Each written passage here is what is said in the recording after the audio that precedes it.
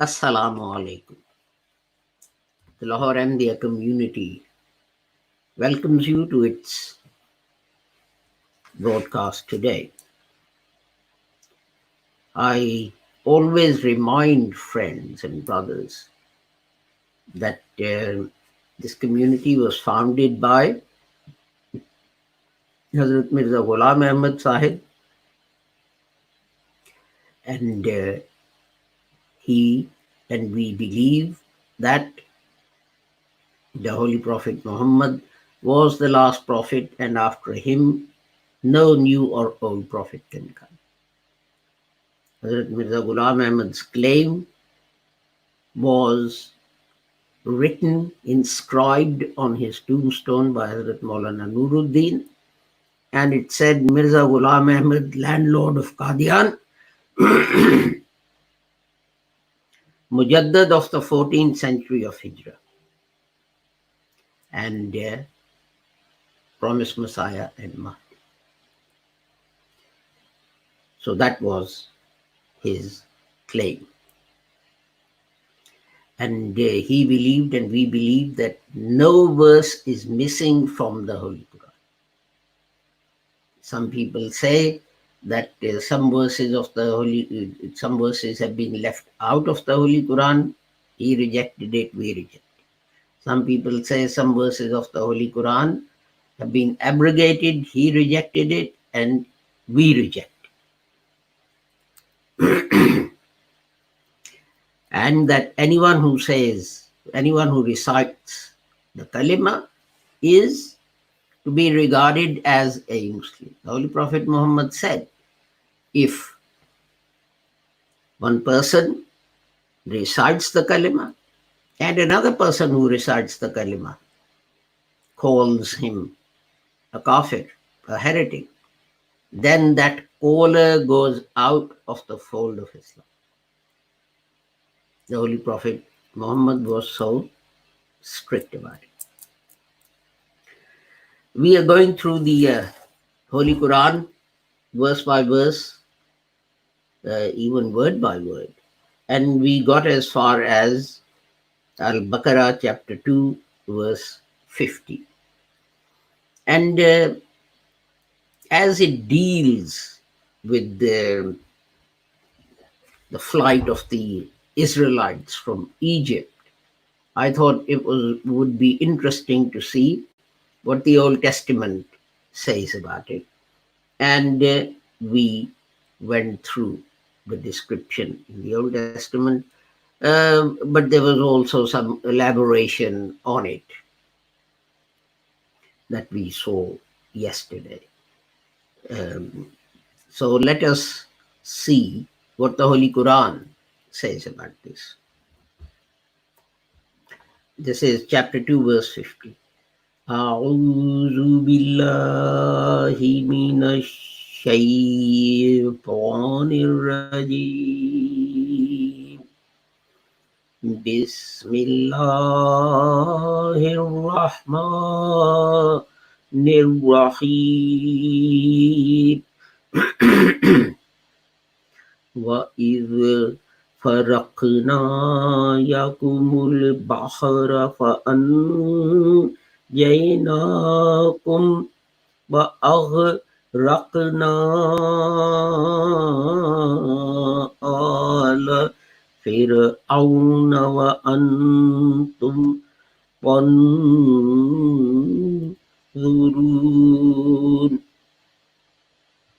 And Hazrat Maulana Muhammad Ali Sahib, that great man and scholar and mujahid of Islam, may Allah bless him, he translated this verse as, and when we parted the sea for you, so we saved you and drowned the people of Pharaoh while you saw. So the first word I want to have a look at is faraqna, and its root is fa ra qaf. It means exactly the same as another word, fa, lam, qaf.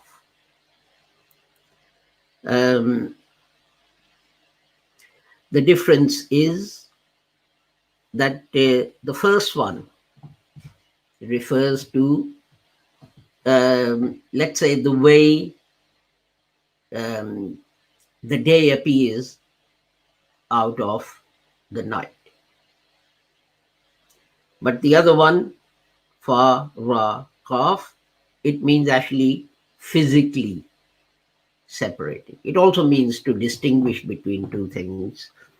And in Urdu and so on, it is used in this way.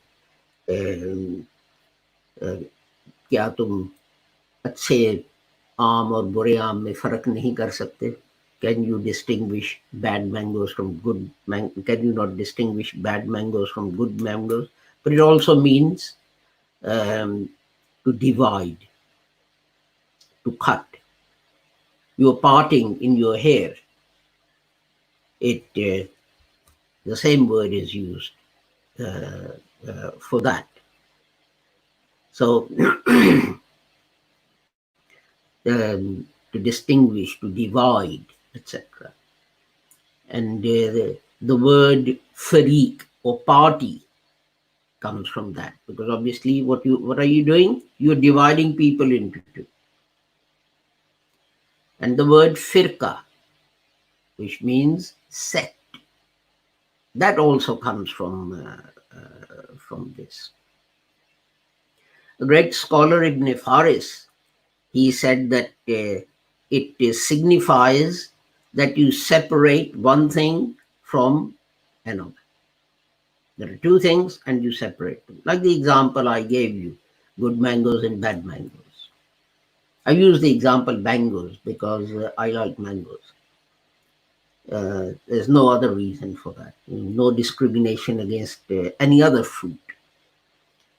The word furqan comes from this as well. And why? And it's used for the Holy Quran. Why? Because the Holy Quran separates the truth from falsehood. So this word is used for that. So anything that divides. So this here it is divided. Hazrat Maulana Muhammad Ali has said see, but we'll come to this word in a minute. So it was divided into two. The next word is فَإِذْ bikumul bahra. Bahar, the root is ba, ha, ra. And its opposite is bar, which means land. It comes from that verse of the Holy Quran that mischief has spread on land and in the sea. So it comes from that. So it actually means to be startled. You're sitting there working away and someone creeps up behind you and goes, boo. It startles you. So it also means cut or divided, and it applies to large bodies of water. Why? Because they divide the ground, the earth. So that is why it's used for seas, and that's why it's used for large rivers. Thames and Niles and Ganges and whatever else you've got. The next word is that we want to have a look at is فَأَنْجَيْنَاكُمْ, but its root is noon, jim, wa. But we have looked at this before a few days ago. It means land which is high. Basically, somewhere where you will be safe. This is why Hazrat Maulana has translated that we saved you. Anjainakum, because its basic meaning is high land where you will be safe from being drowned. And next we have وَأَغْرَقْنَا, and the root of أَغْرَقْنَا is Ghain Ra Qaf. Now what it actually means is to go to the very bottom of something. Go to the very bottom of something. That is the literal meaning. So if you got something and you go to its farthest limit, then this word applies. So when we're talking about water, it means plunge, dive, submerge, submerse, sank, drowned. And the next word is tunzarun, that I want. Well, it's not the next word in the verse of the Holy Quran. It's the next word that I want to say something about. Tunzarun, and its root is noon, wa, and wa. So that means to see with the eye, to view, but it also means supervision. Because you often hear people say, keep an eye on him, or keep an eye on this. Mom says to the father, I'm going out, keep an eye on the baby. So to supervise something, to manage something. Interestingly, it also means, it's also used to indicate evil eye, which is a superstition that some Muslims have, that you can, if people get jealous, then they look at you badly, jealously, and you get that evil eye. I forget what it's called in Urdu now, but in many Muslim countries, if you go to Turkey, for example, you get these like belts with eyes on them and things. They're supposed to ward off evil eye from you, from your home, from your car, and so on and so forth. But interestingly, it also means give time. So give some relief, wait. It also means scenery, something a derivation of these things. When I say it, I mean a derivation of it. Nazara, scenery. Intazar in Urdu, it means to wait. So it also means, as I said, to give time.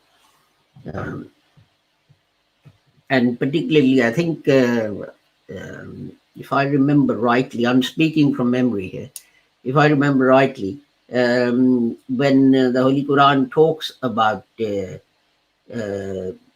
debtor being in a bad financial situation, and it says, don't create difficulties for him, but give him time, it uses a derivation of this word. So let's look at the verse itself. And we parted the sea. We looked at the word farakna, bahar, sea. We parted the sea for you. We saved you, anjainakum, and drowned, aghraqna, the people of the Pharaoh, ala Fir'aun. Antum tanzurun, and you saw. While you watched this happen. Now, We saw yesterday that in some Jewish traditions, all manner of fantastic stories have been concocted around this incident, and people say that Moses struck his staff into the sea, and 12 paths for the 12 tribes of Israel were created, and each went down a path, etc., etc. And another tradition says that the water parted, and you had two walls of water on each side. And in the middle, you had a dry path for Moses and the Israelites to cross. And instantly, sweet water, fresh water started gushing from this wall of water. As you know, this water was dirty, it was probably salty, and so on. And not only that, but amazingly, um, plants appeared bearing ripe fruit, which Israelites could pick, and so on. And many of these stories have found their way into books of Muslim commentators and so on.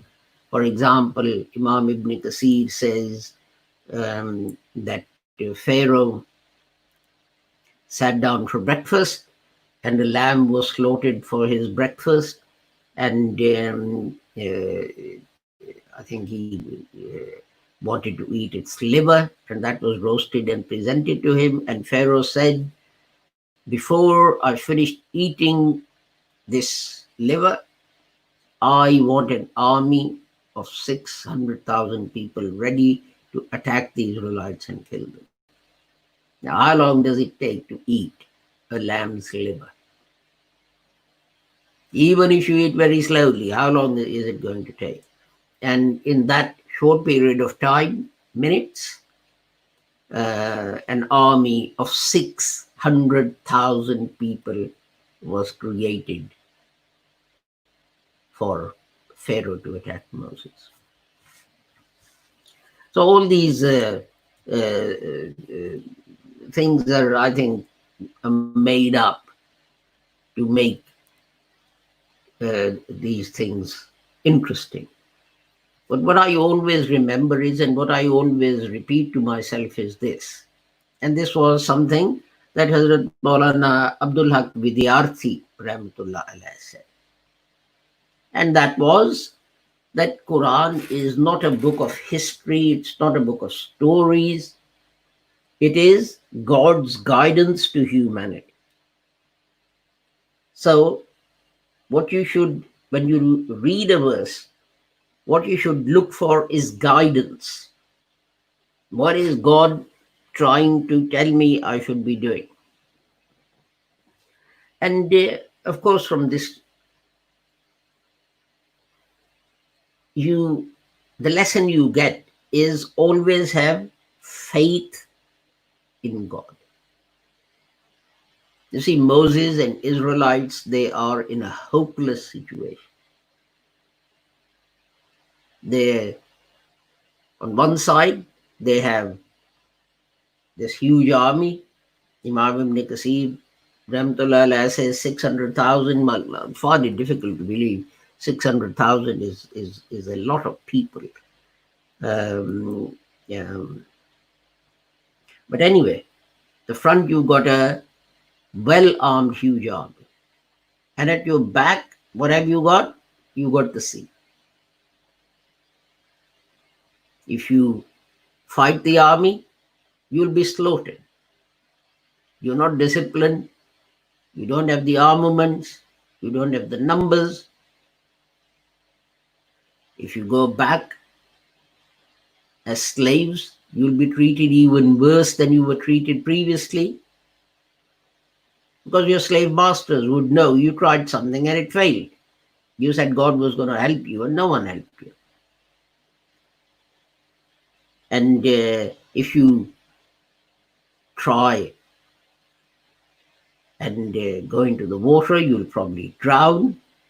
That's a completely hopeless situation. But there was one man who did not care. One man who didn't care.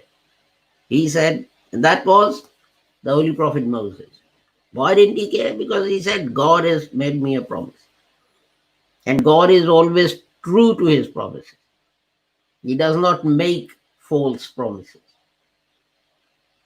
God does not make false promises. That was the point from which Moses started.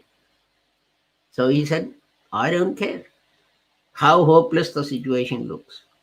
We will be saved. That was the point of mentioning this incident. That however hopeless the situation might seem, however hopeless it might seem,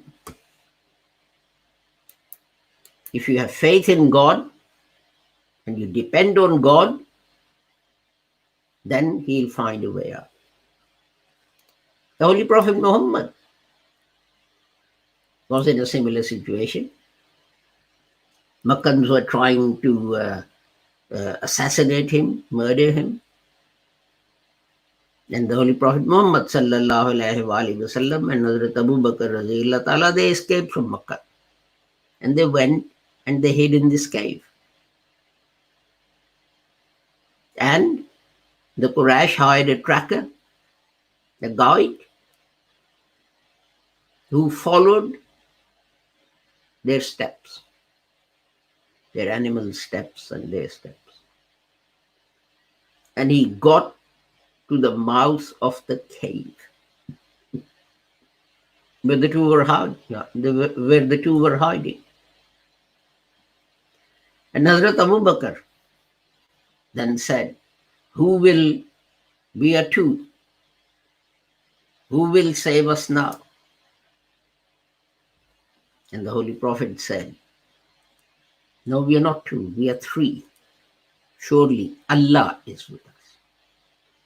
And just like, we don't know how, people try and figure it out. There was a wind and that pushed the water away, or maybe it was low tide and so on and so forth. And maybe there was a tsunami, and with the tsunami, water goes out first and then rushes back in. Whatever happened. The point is that God miraculously created a situation and circumstances for their safety. Same thing happened to the Holy Prophet Muhammad in the cave. Same thing happened at Badr. Same thing happened to Moses. Now the point is, however hopeless the situation, you have to have faith in God. And you have to believe that he will not forsake you. And that's what I say to our Jamaat. In some places, Ahmadis living there are in a hopeless situation. The whole world seems to be against them. Just like the example of Pharaoh against Moses. And yet, God miraculously saved Moses. If we have faith in God, and if we don't abandon our beliefs and our Jamaat, then God will create a miracle. And people will marvel at it. How did this happen? How did these few people, subjected to such torture and humiliation and trials and tribulations and troubles, how did they manage to survive? But if we are steadfast, then historians will write about us.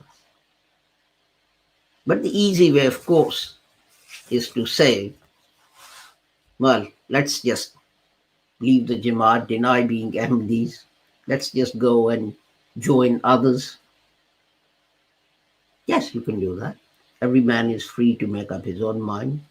Let's start in praying behind other groups so that people don't find out we're Ahmadis. My friend will forsake me.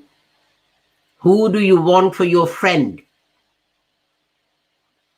God or these people? Who do you want for your friend? That is the question raised by this verse of the Holy Quran.